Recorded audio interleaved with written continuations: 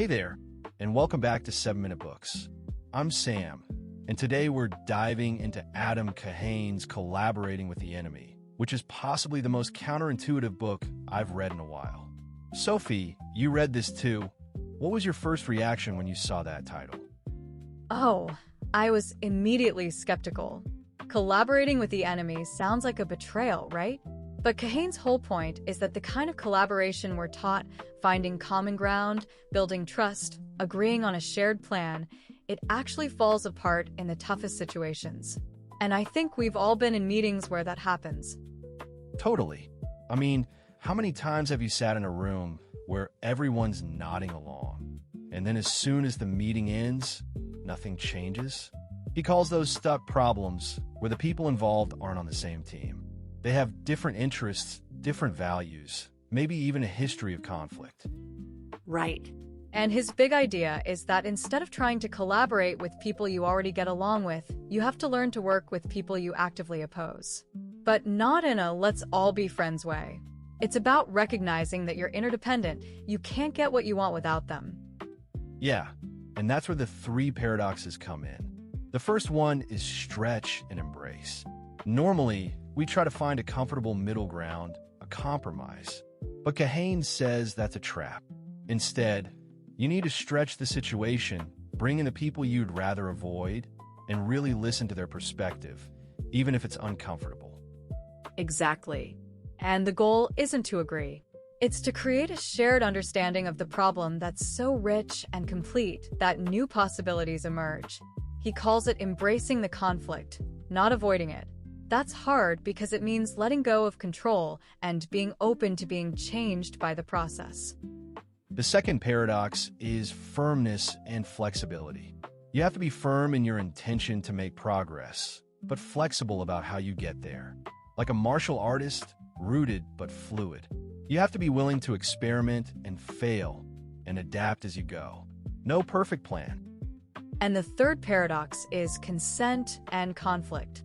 Instead of forcing everyone to agree, which leads to bland, watered-down outcomes, you aim for consent. Everyone can live with a decision, even if it's not their first choice.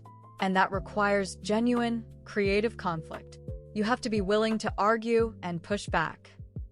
It's so different from the typical, let's all hold hands and find synergy approach. Kahane actually says that consensus is often the enemy of progress, because it avoids the tension that generates real insight.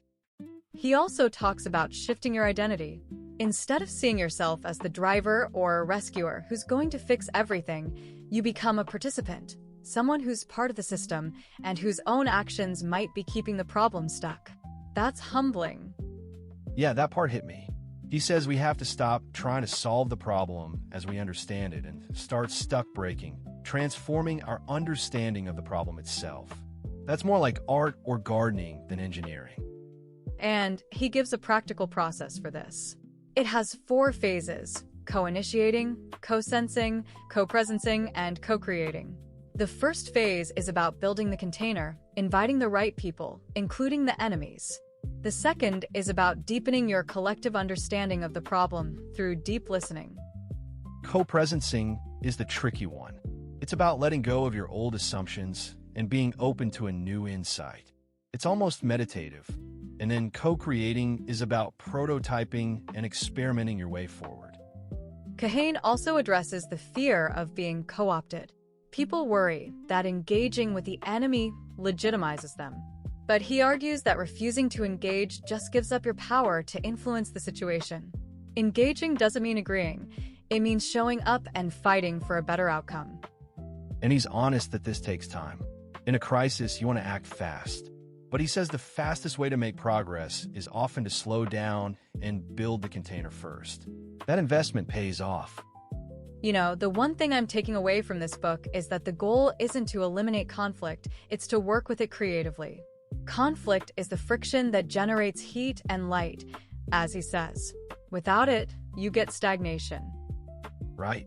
And if you want to go deeper into these ideas, the whole library's over at 7minutebooks.com/app. There are over 6,000 fiction and nonfiction titles you can read or listen to in any language.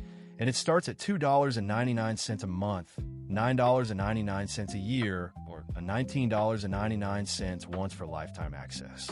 Definitely worth a look.